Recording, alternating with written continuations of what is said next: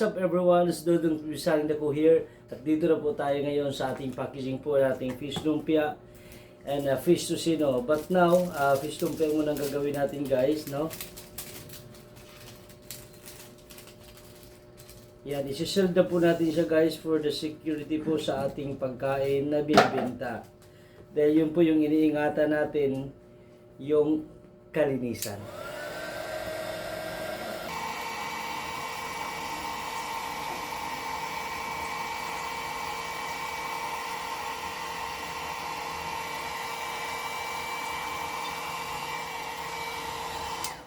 So ito na siya guys, naka-shield na siya. So if the shield is broken, huwag niyo pong kainin. Thank you.